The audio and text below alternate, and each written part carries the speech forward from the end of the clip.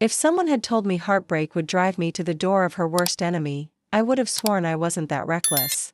I didn't cry when she left me at the altar. Not when she breathed, "I'm sorry," with shaking lips and coward's eyes. Not when the guests gasped.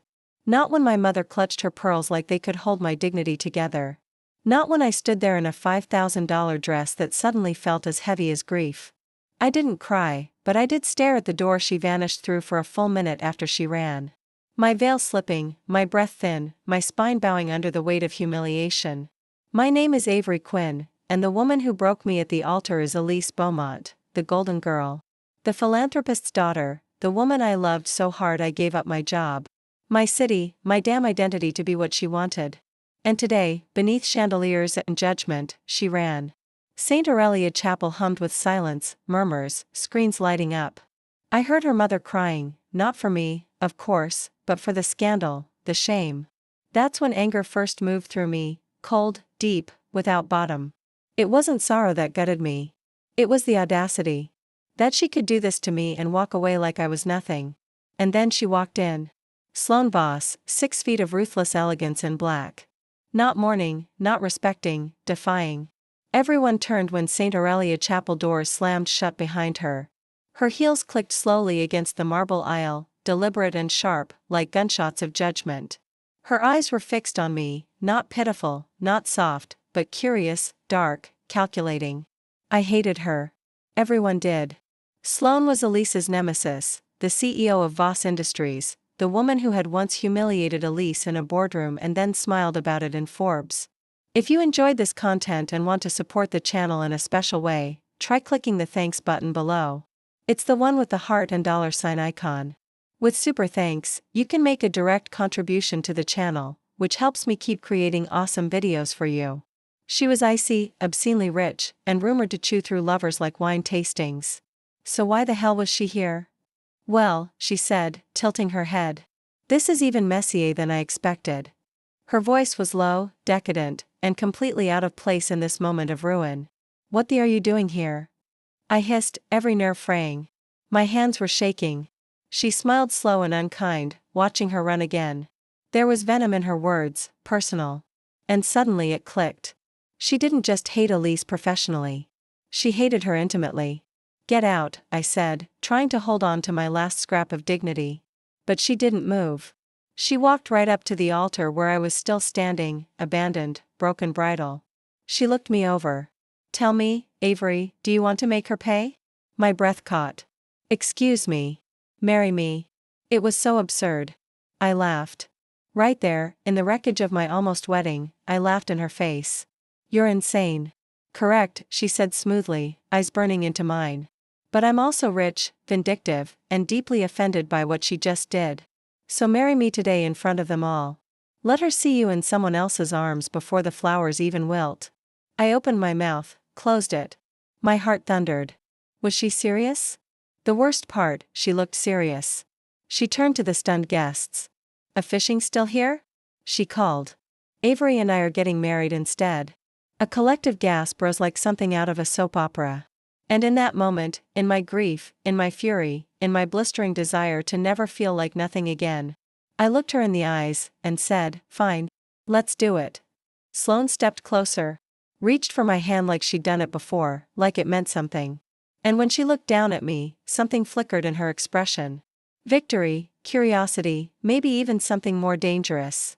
You're either brave or unhinged, she murmured. Guess we'll find out, I replied. And we got married right there in front of everyone, in front of Elise's empty seat.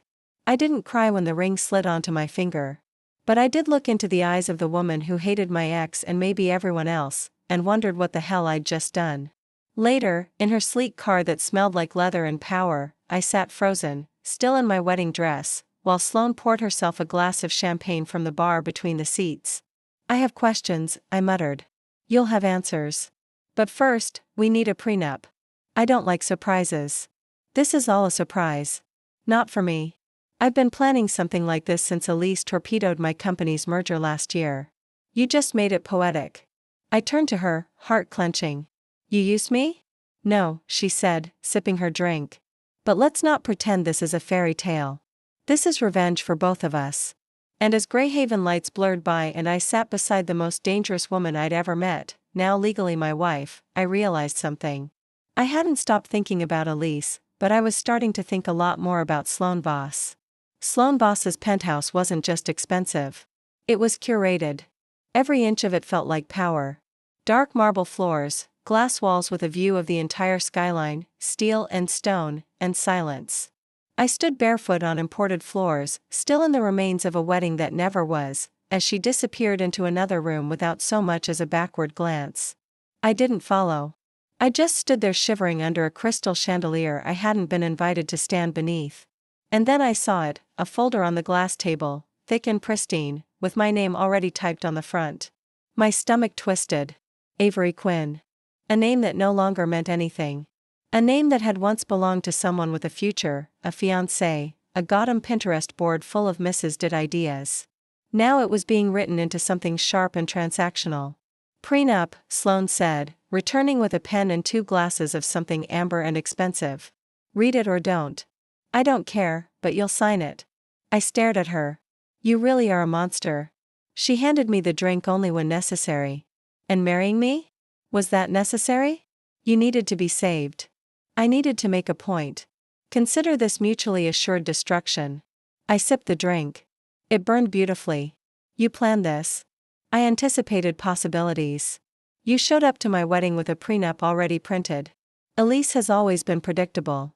There was something in the way she said her name. Cool, yes, but edged with something darker. Personal. I opened the folder. The terms were simple, somehow more terrifying than if they'd been complicated.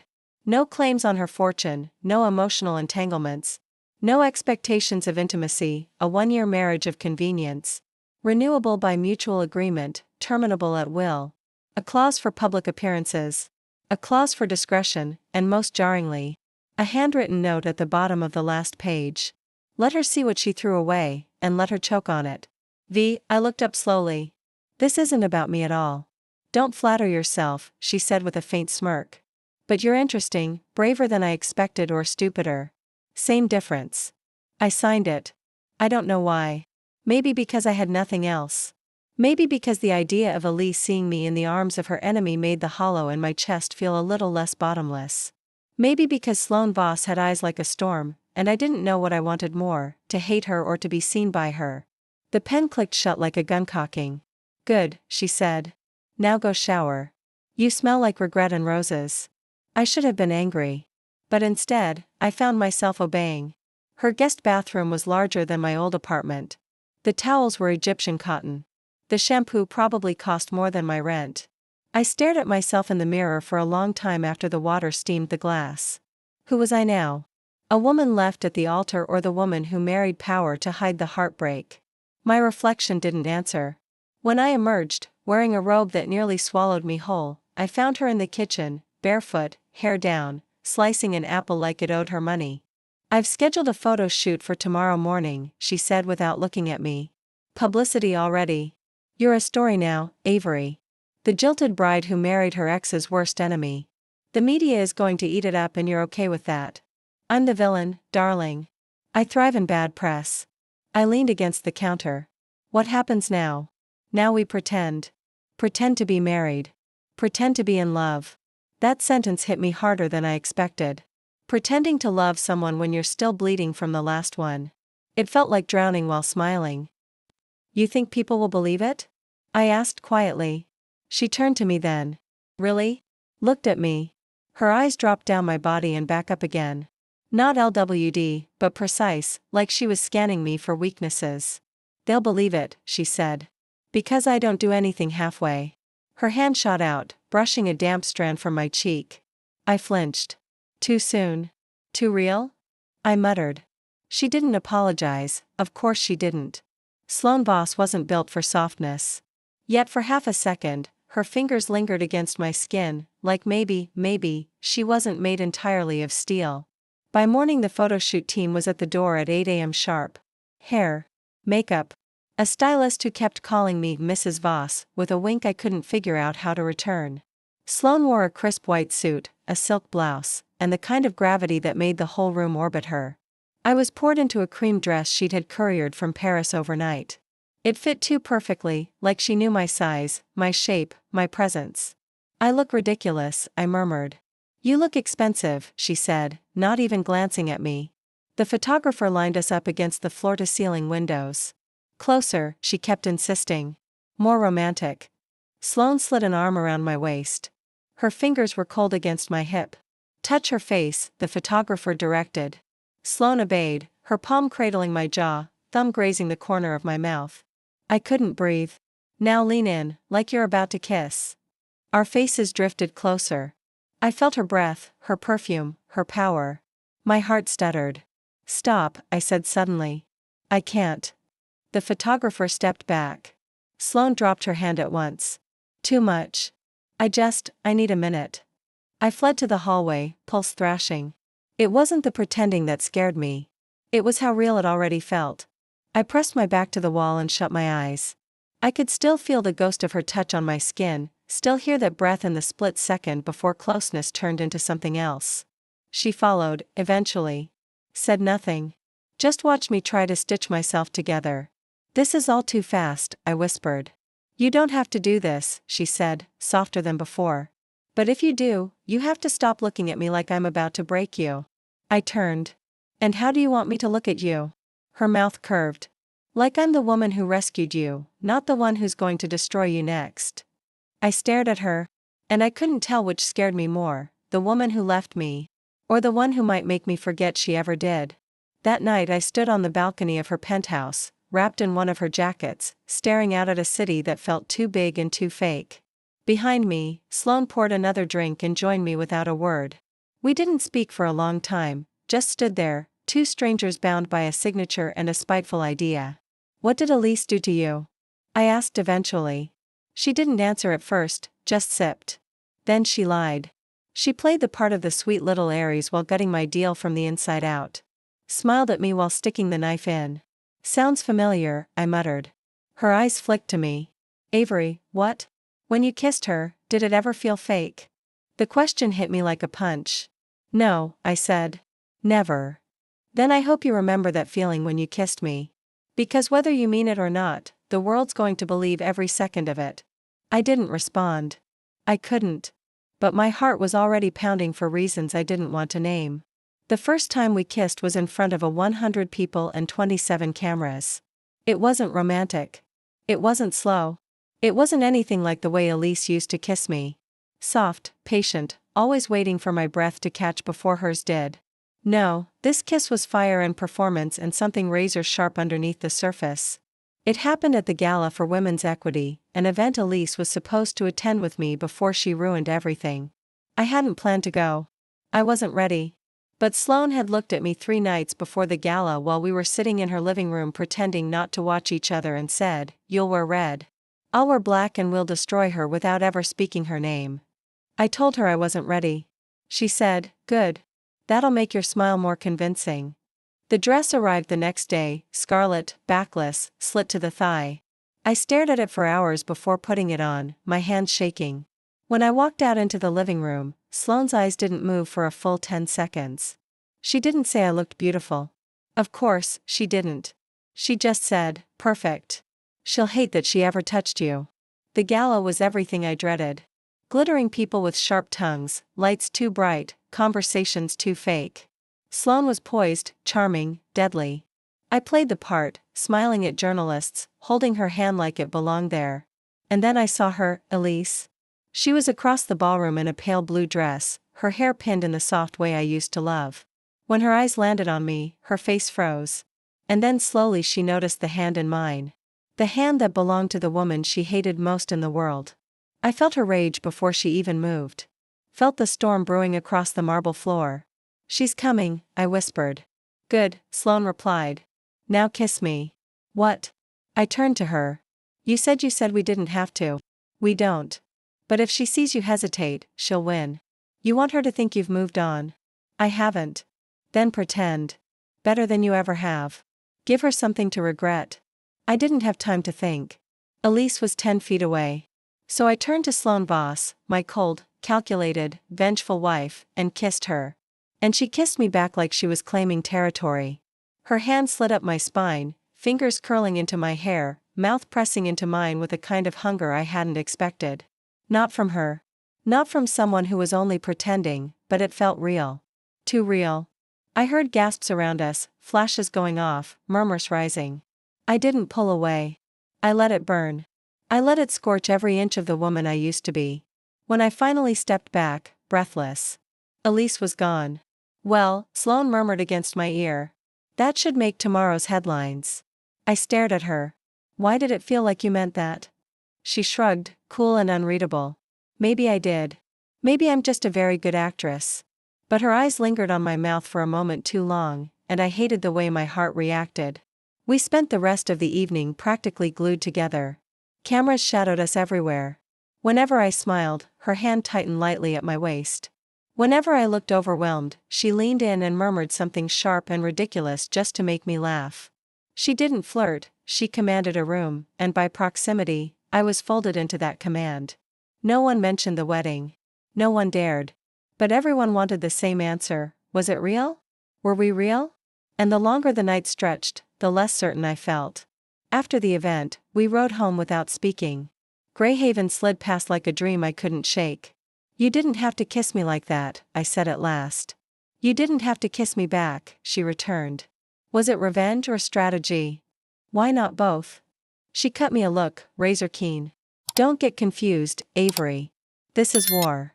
You kiss all your enemies like that? Only the ones I want to ruin. That should have made me feel safer. It didn't. I couldn't sleep. I kept replaying the press of her mouth, the way her hand gripped me like she meant it, the parting of her lips just before I pulled away. I told myself it was adrenaline, theater, trauma bonding. I told myself I didn't want her. Then I fell asleep and dreamed of her anyway. By morning, the photos were everywhere: power couple. Voss and Quinn dominate the gala. Avery Quinn's stunning return. Sloane Voss's unexpected soft side. I lingered on one shot too long, the one where she's looking at me mid-laugh, something warm and nearly tender in her face. I hadn't noticed it last night. I hated that I liked the way she looked at me in it. You're trending, Sloane said from the kitchen island, phone in hand. Of course I am. You kissed me like you wanted to eat me alive. You didn't seem to mind because I was performing. You always make that face when you're performing. What face? She walked over and held up her phone. There I was, smiling, blushing, lit up in a way I hadn't been in months. That one, she said. You're insufferable. You're glowing. You're delusional. She smiled slow and knowing. You liked it. I opened my mouth to deny it, but the words stuck. I turned away. Don't read into it, Sloane. Oh, I don't read. I see. Then see this, I snapped. You're still the last person I'd ever fall for. Her smirk didn't falter. Good. I'd hate for things to get complicated, but they were already complicated because every time she walked into the room, I noticed. Every time she touched me for the cameras, my pulse jumped. Every time she looked at me too long, I forgot what was real and what was the lie. That afternoon, Elise called. I didn't answer, but I watched the screen flash with her name and felt the ache again, dull and bitter.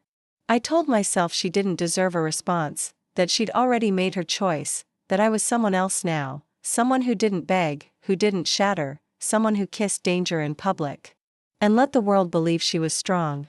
But late that night, after the penthouse was dark and Greyhaven had fallen into its quiet hum, I found myself standing at the edge of Sloane's bed. I can't sleep, I whispered. She blinked at me from the pillows. Nightmares? Something like that.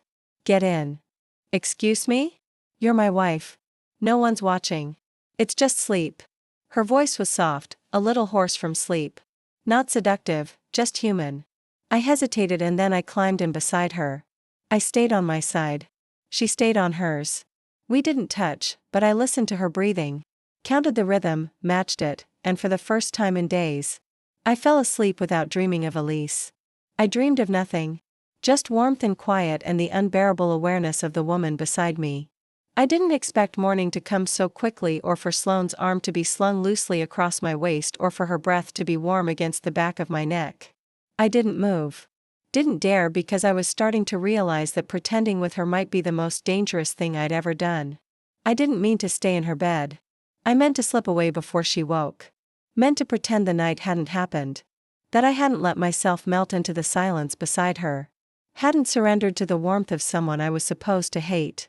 But when I opened my eyes, the sun was already slipping through the floor-to-ceiling windows. And Sloane was still asleep, her face softer than I'd ever seen it. One hand curved against my hip like it belonged there. I lay still, caught in the weight of a moment I couldn't name. I should have pulled away. I didn't. I watched her breathe, memorized the slow rise and fall of her chest, the way a strand of dark hair curled against her cheek. She didn't look like a villain in sleep. She looked like a secret. She stirred then, brow twitching faintly before her eyes opened, slow, sharp, instantly alert. Her gaze found mine. Neither of us moved. "How long have you been watching me?" she asked, voice thick with sleep. "Not long, a lie." She blinked once, then stretched, her fingers brushing my waist in a way that felt too deliberate. "You're still here. So are you. It's my bed. It didn't feel like that last night." That made her pause. I wasn't sure why I said it. Maybe to challenge her. Maybe to wound, but she didn't respond with one of her sharp lines. She just stared at me and then softer than I expected. "Did you sleep well?" I nodded. "First time in days." She exhaled, sat up, pushed the hair from her face. "Good." She left the bed without another word. But the imprint of her hand on my skin stayed long after. The days that followed blurred into something I didn't have words for. We attended events, held hands, kissed on red carpets, whispered cruel little jokes into each other's ears just to make the other laugh while the cameras caught angles. We pretended not to pose for the world loved us. The internet obsessed over our story, and in private I started forgetting which parts were pretend. I started noticing the way she always handed me the first cup of coffee in the morning without asking how I took it. The way she texted her assistant to cancel her meetings if I looked too tired to face another round of pretending. The way her fingers brushed my lower back when she thought no one was looking. Not possessive. Not performative. Just there. One night, I walked into her office late, needing to ask about an interview we were doing the next day, and found her asleep on the couch, glasses on, laptop open. A document titled Public Statement, Heart Merger. I stared at it, not the words, but the meaning behind them.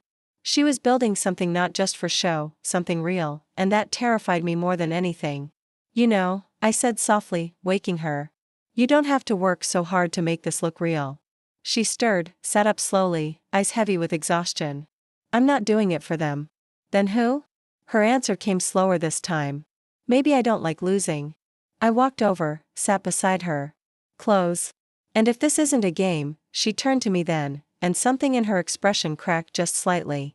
"What if I wanted it to be real?" My breath caught. "You don't mean that, don't I?" Her hand brushed mine. No pressure, no audience, just a simple touch. My fingers curled instinctively into hers. "Avery." My name on her lips sounded like something sacred.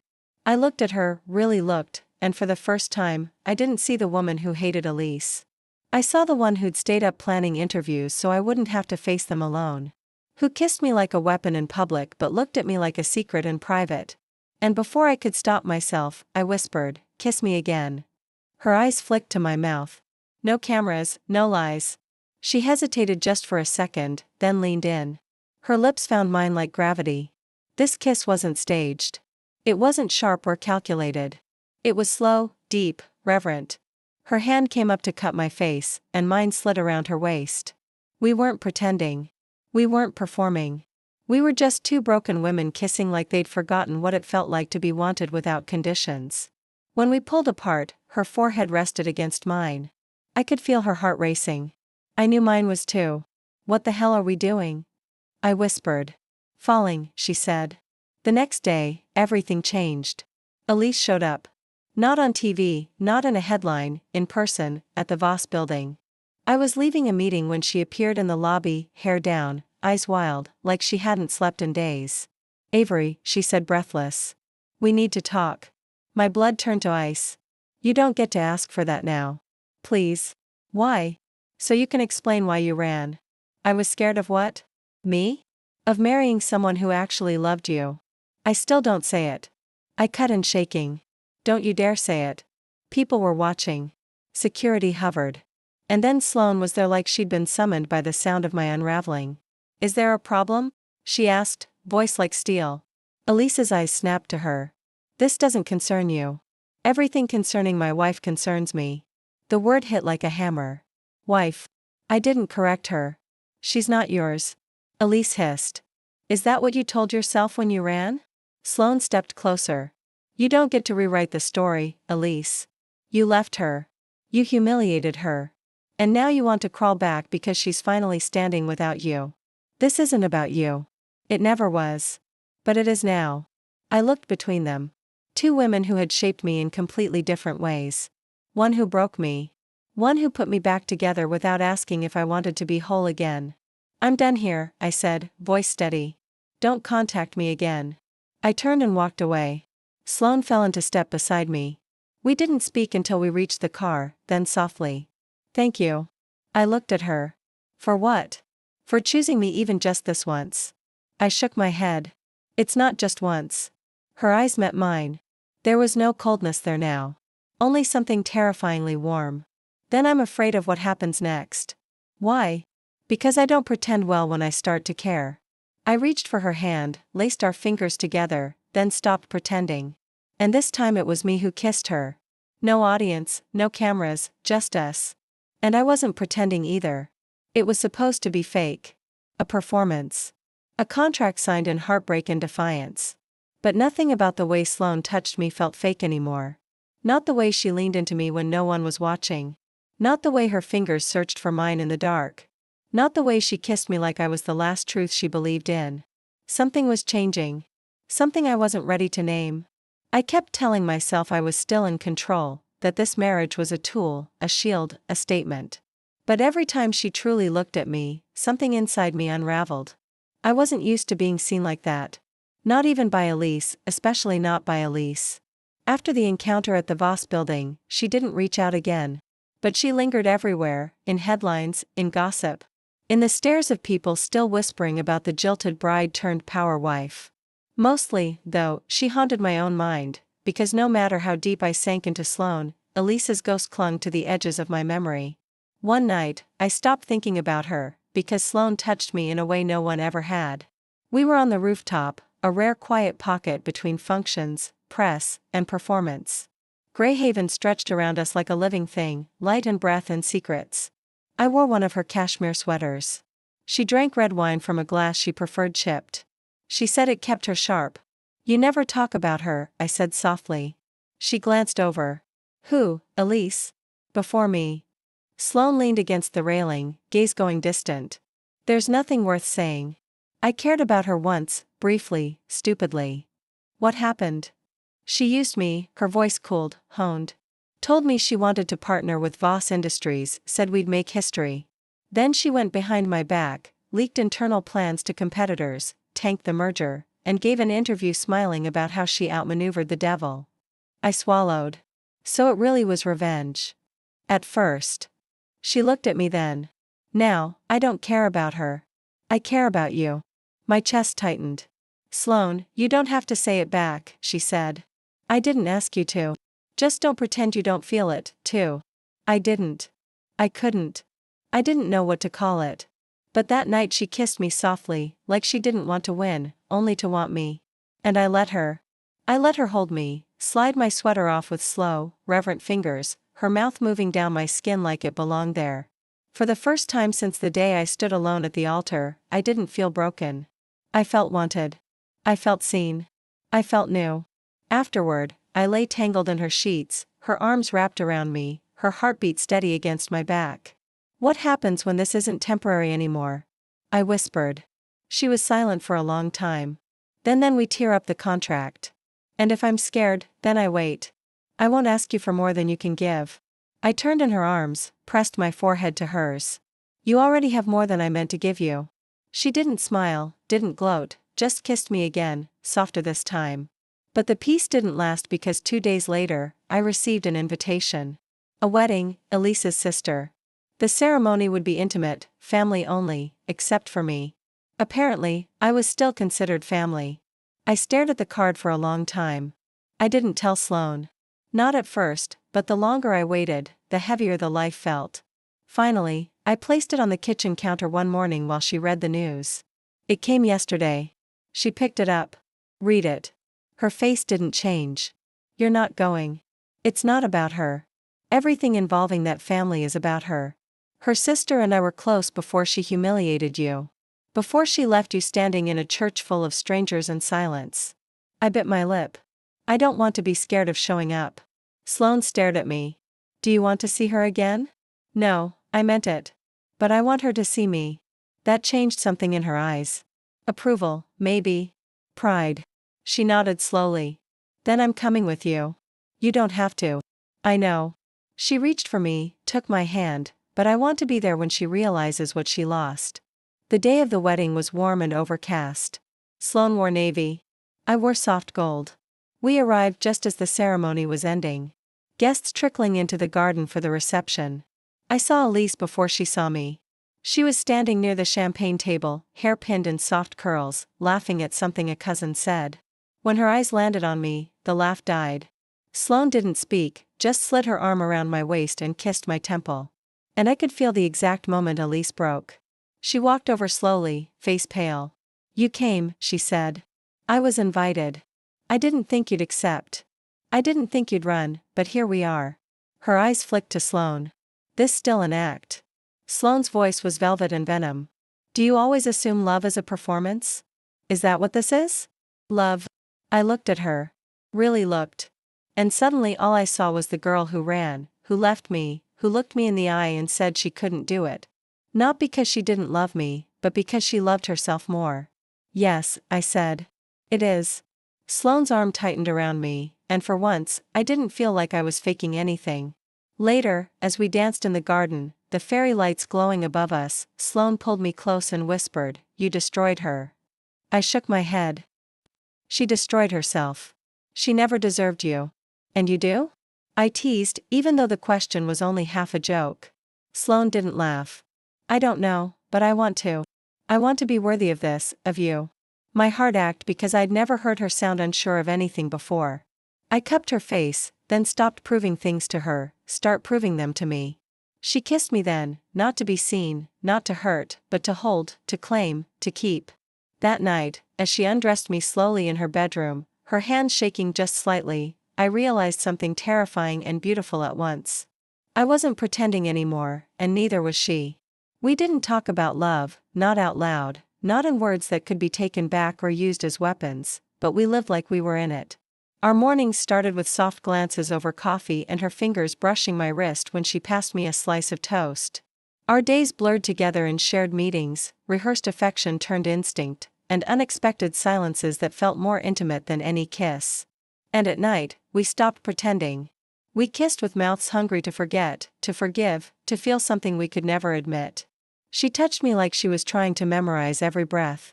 I touched her like I was terrified I'd never be allowed to again, but we never said it. Not once, because if we did, the spell might break. It was easier to move in shadows than to light a match and risk everything burning down.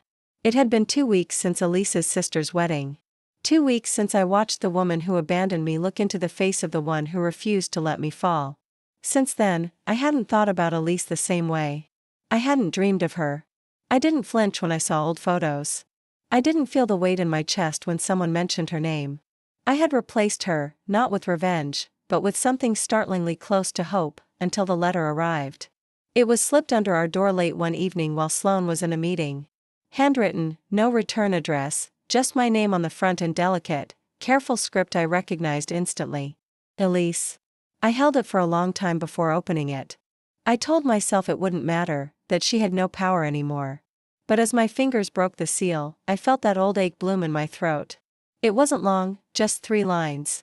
I know you think I ran because I didn't love you, but the truth is worse. I loved you too much to ruin you. I'll always be sorry. I read it again and again. The words didn't change, but something inside me did because for the first time since that day, I didn't feel rage or grief or even longing. I felt confusion. I didn't know if she was lying or if she actually believed what she'd written. I didn't know what it meant, if it even mattered anymore. I didn't tell Sloane right away, but I should have because 2 days later, she found it. She didn't say anything at first.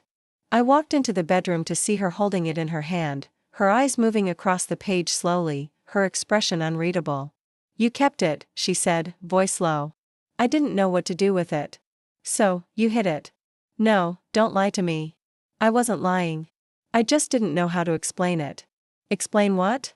That you still needed to hear from her? That some part of you still wanted her to reach out? It's not like that. Then what is it like, Avery? Because I wake up beside you every morning. I fight beside you in public. I kiss you like I mean it because I do. And you're still chasing ghosts. I'm not chasing anything. She left this. I didn't ask for it. But you read it. You kept it and you didn't tell me. I crossed the room trying to reach her, but she stepped back. Sloane, I don't want to be second choice. You're not. Then prove it. How? Her eyes burned into mine. Tell me that what we have is real. I hesitated, not because I didn't know, but because I did. And it terrified me. It's real, I whispered. Then say it. My voice cracked. Say what? That you don't love her anymore. I looked at her. At the woman who took me in at my lowest, who kissed me with fire and touched me like I was more than a scar. She made me feel like the version of myself I thought had died the day Elise ran. I don't love her, I said. Not anymore. Her chest lifted and fell. And me? She asked. I'm falling for you. The silence stretched, then she let the letter drop and crossed the room. Her hands framed my face. Her mouth crashed into mine like a wave. And this kiss, this one, wasn't about possession or proof. It was surrender. We made love that night like we were trying to overwrite every memory that had ever hurt. No rush, no desperation, just mouths tracing stories over skin, fingers relearning, eyes holding. When she moved inside me, I gasped, not from shock, but from the sudden, overwhelming certainty that I would never want anyone else like this again. After, she held me close, breath still uneven, her hand drawing lazy circles at my hip. You scare the hell out of me, she whispered. Why? Because I've never wanted something I couldn't control. I turned in her arms. Do you want to control me? No, she met my eyes. I want to be enough for you so I don't have to. You are. The next morning, we tore up the contract at the kitchen counter over coffee, no ceremony. She handed me the last page. I held her gaze and ripped it down the middle. It didn't fix everything. It didn't erase the fear. But it was a beginning. That day she cleared her schedule and said she needed to take me somewhere. I braced for a reservation, a flight, certainly not her childhood home. It was quiet by the coast, tall windows, creaking floors, the smell of old books and sea salt. She showed me the room where she grew up, the broken fence she used to slip through, the tree where she'd carved her initials alone because no one ever came to visit. I wanted you to know who I was before I became this, she said softly. You were a girl who wanted to be loved, I said. I became a woman who refused to be hurt. She looked at me. And now? Now I think I'm becoming something else because of you. I crossed to her and wrapped my arms around her waist. We're both becoming something else, if you'll let me. She kissed me beneath the same tree where she once pressed her name into bark. This time she wasn't alone. Neither was I. The day after we shredded the contract, something shifted. Nothing public, no announcement, no dramatic confession, but it lived in the spaces, in the way our eyes found each other. In her hand at the small of my back when we entered a room. In the way my fingers reached for hers without thinking. We weren't pretending anymore. There was no script, no line to follow. Just a woman who had once been heartbroken, and another who had once been heartless, now standing face to face, building something fragile and real out of the wreckage they'd both survived. And it was terrifying because loving Sloane Voss was like holding fire. Brilliant, beautiful, and entirely capable of destroying me if I wasn't careful. But I didn't want careful anymore. I wanted her. And for the first time in my life, I wasn't afraid to want boldly. We returned to Grey Haven the next morning, back to meetings, headlines, whispers, and elevators. But everything was different now. I could feel her eyes on me during press conferences. She smiled more, touched more, laughed when I teased her. An actual laugh, not the controlled corporate smirk the media worshipped. I started to see the woman beneath the armor. The one who still slept with a soft blanket hidden under her bed because it reminded her of a childhood before she taught herself not to need comfort. The one who made me breakfast without asking just to see my smile. The one who kissed my shoulder absent-mindedly while reviewing contracts like my skin was her favorite kind of distraction. We were becoming something neither of us had expected. But the world wasn't ready to let us breathe. It never is. One afternoon, I was walking into the Voss headquarters when I felt the energy in the building snap. Something was wrong. Whispers rippled down hallways. Assistants averted their eyes. When I reached Sloane's office, she was standing at the window, phone in hand, jaw clenched so tightly I could see the vein pulsing in her neck. "What happened?" I asked. She didn't turn around. "Someone leaked the prenup." My stomach dropped. "What?" "It's online. The entire agreement, terms, signatures, the clause about public appearances, the expiration date, everything." I froze. "Who would?" "Elise," she turned then, her eyes like ice. "She had access. She was the witness on your side when you signed. Her father's firm handled the preliminary filings. You think I know she did. And now the media is spinning the whole thing. Headlines calling us a PR stunt. That our marriage was a revenge act gone too far. That I paid you. That you were my pawn." I felt the panic rising in my chest. But it's not true anymore. They don't care. They never care. All they need is a whiff of scandal. And suddenly the truth is irrelevant. I reached for her. "Then we tell them. We hold a press conference. Tell the world the contract ended. That we chose each other after that." But she pulled away. "You think they'll believe you? You think they'll look at you?" The jilted bride who jumped into the arms of her ex's rival and see anything but desperation. "Don't do that." "Do what?" "Push me away because you're afraid." "I'm not afraid." "Yes, you are." I moved closer, forcing her to meet my gaze. "You think if you love me out loud, they'll use it against you. You think loving me makes you vulnerable." Her eyes flared. "It does make me vulnerable. You make me weak, Avery. Then be weak with me. For once in your life, let someone see you bleed and stay anyway." Her breath hitched, but she didn't speak, and the silence felt louder than any argument we'd ever had. That night, she didn't come home. I stayed up waiting, pacing the apartment, watching Greyhaven darken, and wondering if she'd run, too. Not out of fear of me, but fear of us. When the door finally opened at 2 a.m., she looked exhausted. Her coat was soaked from rain. Her hair clung to her cheek, but her eyes locked onto mine instantly, and I saw it there. The storm behind her ribs, she didn't know how to calm. "Where were you?" I asked, trying to decide if I could survive losing you. My voice broke. "Don't you dare leave." "I'm not leaving." She stepped inside, closed the door behind her, walked straight to me. "I'm trying to figure out how to be worthy of you when the world is watching and sharpening their knives." I touched her face. "I don't need you to be worthy. I need you to be honest. I don't know how to be anything else around you." She kissed me then, not desperate, not angry, just achingly slow. I melted into her because even when she was unraveling, she never let me fall.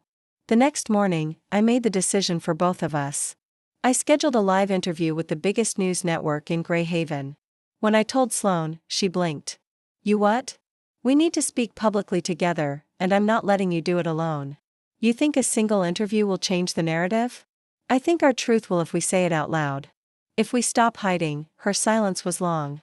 "But then," quietly, she said, "then I'll stand beside you." The day of the interview, I was shaking. Not from nerves, but from how much this meant. Sloane held my hand backstage. Didn't speak. Just pressed her fingers into mine until the cameras turned on. And then we told the world. We told them how it started, how it changed, how the contract ended, and we stayed. How falling in love with each other was the only thing that hadn't been planned. "So, this is real?" the reporter asked, skeptical. Sloane turned to me and in front of millions she said, "I married Avery to make a point, but I stayed because she made me believe in things I'd buried. I love her. I don't care who believes it." My heart stopped. My throat closed, but I didn't hesitate. I love her, too. The interview ended. The headlines changed. Not instantly, not all of them, but enough. And that night, as we lay in bed with the windows open and the wind curling around our bare skin, I whispered, "You said I make you weak. You do. Then let me protect you, too." She looked at me and I saw it. The surrender not of power but of fear. "Then fight for me," she said. "Always," I whispered. And I meant it. For 48 hours, we were untouchable. The interview had gone viral. Enemies to wives, the wildest romance of the year. Sloane Voss breaks her silence and her Ice Queen reputation. Avery Quinn deserves a standing ovation and a crown. I should have felt vindicated. I should have felt safe. But the thing about peace is that it makes you soft, and softness is exactly what people wait for when they want to strike. The first sign came quietly. A rumor about Voss Industries surfaced. Something about illegal offshore holdings, shady partnerships in Eastern Europe, an old acquisition that hadn't passed ethical due diligence. I knew it was the second I saw the headline. Sloane kept meticulous records. She was ruthless but never reckless, but the internet didn't care. People shared it, commented, spun news stories out of shadows. And then the subpoenas came. Her legal team moved quickly, but the damage was instant. Stocks dropped, investors pulled back. And every new headline painted her not as a CEO, not as a woman, but as a villain. "They're trying to bury you," I said as we sat in her office, the blinds drawn, the news blaring in the background. Sloane didn't respond. She just stared at the table, her jaw tight, her hands still. I'd never seen her look like that. Not broken, but hollow, like she was trying not to show how close she was to shattering. "You knew this would happen," I said after the interview. "After we told the truth, I hoped it wouldn't," she replied quietly. "But yes, I knew." "Then why did you do it?" "Because I'd rather lose everything than keep hiding you." That broke something in me. I crossed the room, dropped to my knees in front of her, took her cold hands in mine. "You won't lose me." Her eyes flicked up to mine. "But what if you lose everything else?" "Then I'll help you build it again, brick by brick. Burn the whole empire down, and we'll rebuild it in our name." Her hands gripped mine tighter. "They'll come after you, too. Let them. You don't understand. They're digging now through my past. Yours, looking for anything to use. Every ex, every whisper, every vulnerability. Then we face it together." But I didn't realize how true that would become until the next hit landed. And this time it was aimed at me. An anonymous blog post surfaced claiming I had cheated on Elise months before our wedding. There were fake screenshots, fabricated DMs, twisted half-truths pulled from conversations taken out of context. Suddenly, I wasn't just the poor abandoned bride. I was the manipulator, the fake, the opportunist who'd always had one eye on Sloane Voss's throne. I stared at the screen in disbelief. "This isn't real." "I know," Sloane said. "But it won't matter. The story's already out." "Why would they do this now?" "Because they need to divide us. Turn us into enemies again. Make us easier to tear apart." "Who?" Her voice was razor sharp. "Elise, you really think she'd sink that low?" "She's drowning, Avery." "Of course she would." I swallowed the lump in my throat. "Then what do? We don't respond. We hold the line and we wait for it to burn itself out," but the damage was done. My phone wouldn't stop buzzing. Old friends texted me asking if it was true. My parents, who had finally started speaking to me again after months of silence, left a voice message full of disappointment and confusion. Sloane tried to shield me. She locked down the apartment, called in favors, pulled every string she had, but I could see the weight it was putting on her, the guilt, the exhaustion, the fury. One night, I found her in the living room sitting in the dark, a glass of whiskey in her hand, staring at nothing. "I never wanted this to touch you," she said. "You didn't bring this on me." "Yes, I did. The second I pulled you into my war with Elise. I thought I could protect you from it." I sat beside her. "I'm not asking you to protect me. I'm asking you to stand with me. You don't get it." Her voice cracked. "You're the best thing I've ever had. And now the world is trying to take you away from me." I reached for her glass, set it aside, then cooped her face in my hands. "They can't take me. Not unless you let them." Her eyes glistened. "Avery, I love you." "I know. Say it back." "I love you. I've loved you since the day you said fine. Let's do it." And made everyone in that church question whether you were the most heartbroken woman alive or the most dangerous. I smiled even through the tears. Turns out I was both. "God, you're perfect." "Not perfect, just brave." She kissed me then, slow, desperate, full of everything she didn't know how to say. That night, I stayed wrapped in her arms and made a decision. I wouldn't hide anymore. I wouldn't cower. I'd speak for myself. So, the next morning, I recorded a video. Just me. No makeup, no script, just the truth. I didn't cheat. I didn't lie. I didn't use Sloane Voss to get revenge. I fell in love with her. We started as a storm, but we've become something else, something honest. If you don't believe that, I'm not here to convince you. I'm here to live it. We posted it together. We watched the comments roll in. Some were cruel, some doubted, but many believed. And for the first time, I felt like I'd taken something back. The next day, the blog post was taken down. The user deleted. No explanation, but Sloane knew. She's backing off, she said. Why? Because she lost. We were in her office when she said it. I was perched on the edge of her desk. She stood between my legs, her hands on my thighs, her lips close to mine. You're not her anymore, she whispered. You're mine. Yours, I echoed. And you're mine always. But just as I leaned in to kiss her, her phone buzzed. She glanced at it, froze. What is it? I asked. She showed me the screen. An email, anonymous. A subject line that sent ice through my veins. There's more you don't know about Elise. And you're not the only one she left behind. We stared at it. Neither of us spoke because we both knew this wasn't over. And some truths might still be waiting in the dark, ready to tear everything apart. But I also knew this. I wouldn't run. Not again. Not ever. Not if she was still beside me. The subject line haunted me. There's more you don't know about Elise. And you're not the only one she left behind. Sloane hadn't moved for a full minute after reading it. Her grip on the phone was tight, her knuckles pale. I could feel the tension radiating off her in waves. Not anger, something colder, something closer to dread. Do you think it's real? I asked finally. She didn't look at me when she said, yes. I sat up straighter. Then open it. No, Sloane. If we open that, we can't unknow it.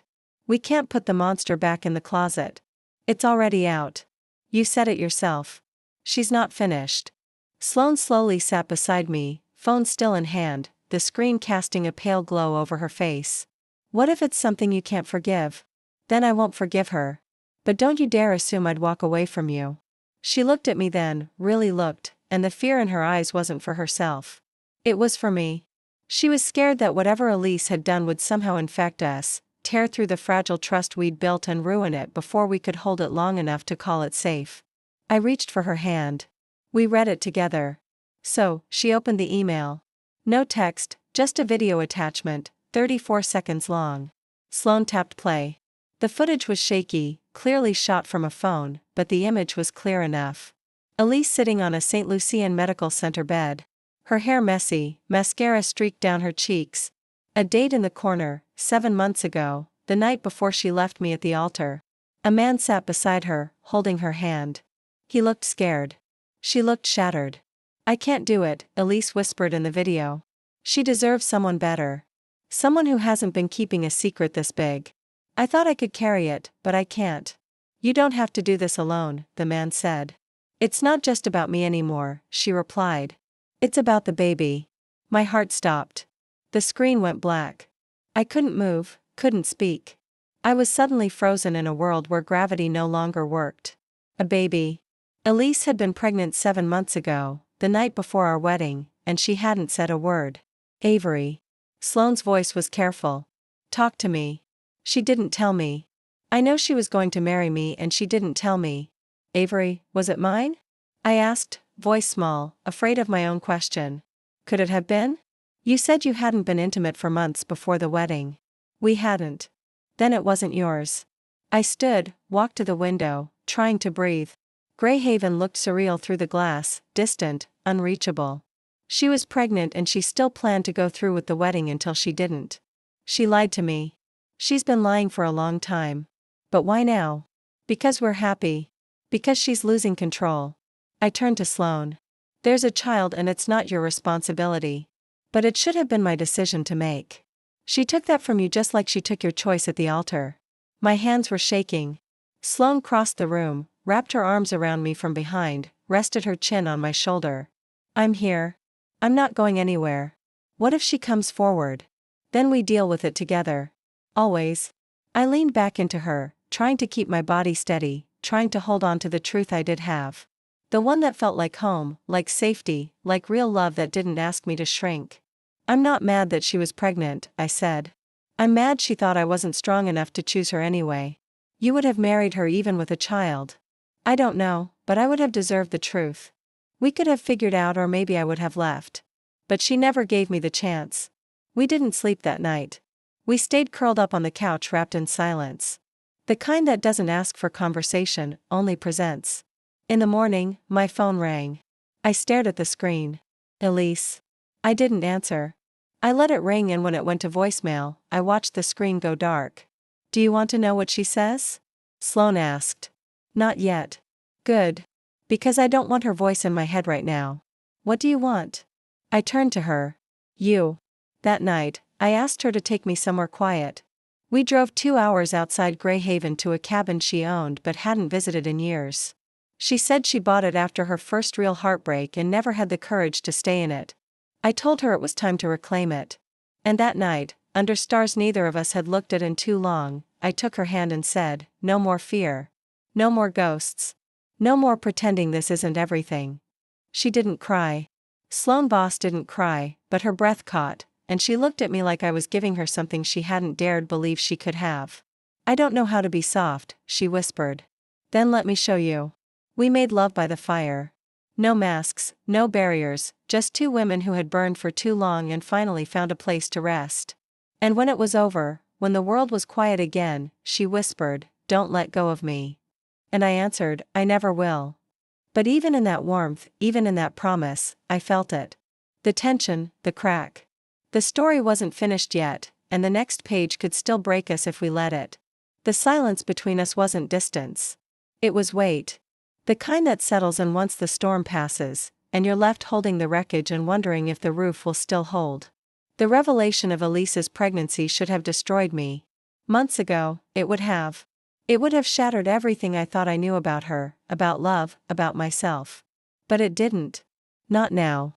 Not with Sloane's arms around me, her breath steady against my skin, her heartbeat syncing with mine like it had found a rhythm it never wanted to lose. We spent 2 whole days at the cabin, no phones, no press, no talk about a child or a contract or the media still spinning a war they never understood. Just us, making meals in quiet that softened into laughter, watching the fire gutter low and coaxing it back with hands that trembled not from fear, but from something gentler. She asked me to dance once in the living room, barefoot, her cheek against mine, humming a tune neither of us knew. And when she looked at me, she didn't say, "I love you." She said, "Don't disappear." I knew what she meant, don't turn into someone I can't reach. Even standing right in front of me, and I promised I wouldn't. But we couldn't stay hidden forever.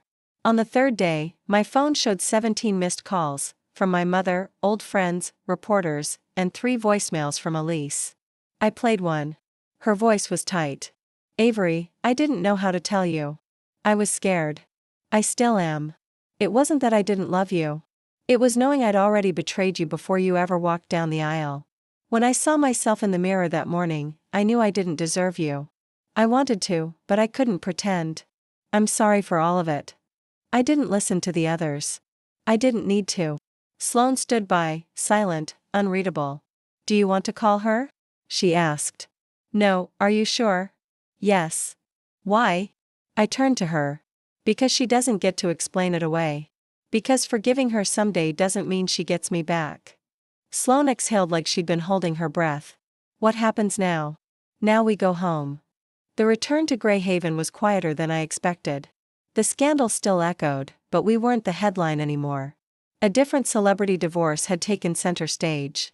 The world had moved on, as it always does, while we were still stitching ourselves together in private. Something between us had settled, though. We stopped asking, "Are we really doing this?"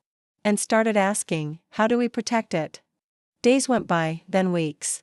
We moved through the world as a couple, no longer defined by revenge or coverage. She introduced me at events as her partner. I rested her hand on my thigh at dinners without caring who noticed. 2 months after the video, after the interview, after the email, after the truth, Sloane invited me to a small art gallery. No press. Just us. I didn't ask why. I went. When we arrived, I understood. The lights were low. The room was empty except for a single spotlight in the center, and beneath it a canvas, a painting of me. Not literal, not photoreal, but abstract, fierce reds, bright golds, deep blues. My chaos, my heat, my grief, my joy. I walked toward it slowly, speechless. "You painted this?" I asked, barely breathing. "I commissioned it," she said behind me. "I told the artist to paint what I see when I look at you." I turned. She stood there in black, simple, elegant. But her eyes were fire. "Sloane, I was going to do something big, something ridiculous." Champagne and cameras and rose petals. But you don't need a stage. You are one. My chest tightened. What are you doing? Something I never thought I'd be brave enough to do again. She stepped closer, reached into her coat, pulled out a ring, not gold, not flashy, a band of midnight stone, simple and breathtaking. I married you in anger. I kissed you for revenge. I held you for survival. But I stayed because I fell in love with the sound of your laugh and the way you never back down and the way you make me feel like I was never meant to be alone. So, I'm asking you, really asking you, without contracts, without press, without anything to prove, but my heart, will you marry me again? My knees nearly gave out. I stared at her, at this woman I'd once thought was made of ice, now burning in front of me, offering me something no one else ever had, a choice freely given. No strings, no lies. I didn't hesitate. I didn't blink. I stepped into her arms, pulled her close and whispered against her mouth, yes. She slid the ring onto my finger, hands shaking, you're mine now. I've always been yours. We didn't tell anyone right away. Not our parents, not the media, not even her assistant. It was just ours for a little while. A secret wedding barefoot on a beach 3 weeks later. Just us and a woman in linen who spoke soft vows over the wind. I wore white again. This time I smiled all the way through it. This time no one ran. She kissed me like she already knew every version of forever we'd ever live. Afterward we lay tangled in sheets, the sea humming outside, her fingers tracing the ring on my hand. Do you ever think about the beginning? She asked. The altar? Yes, sometimes, but not the way I used to. How do you think of it now? I turned to her, touched her face as the moment everything had to fall apart. So, I could find you. She didn't answer with words. She kissed me. And I realized in that moment that no one would ever make me feel like this again. And I would never let them try because she didn't just love me. She saw me. She chose me. And I chose her every time. Thank you so much for your support, whether it's by liking, commenting, sharing, or sending your super thanks. You make all the difference here on the channel. See you in the next video.